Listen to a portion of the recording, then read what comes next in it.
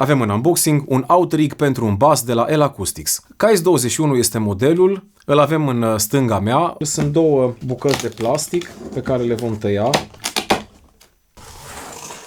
Un manual de utilizare, outrigurile propriu-zise, care sunt grele, de culoare neagră.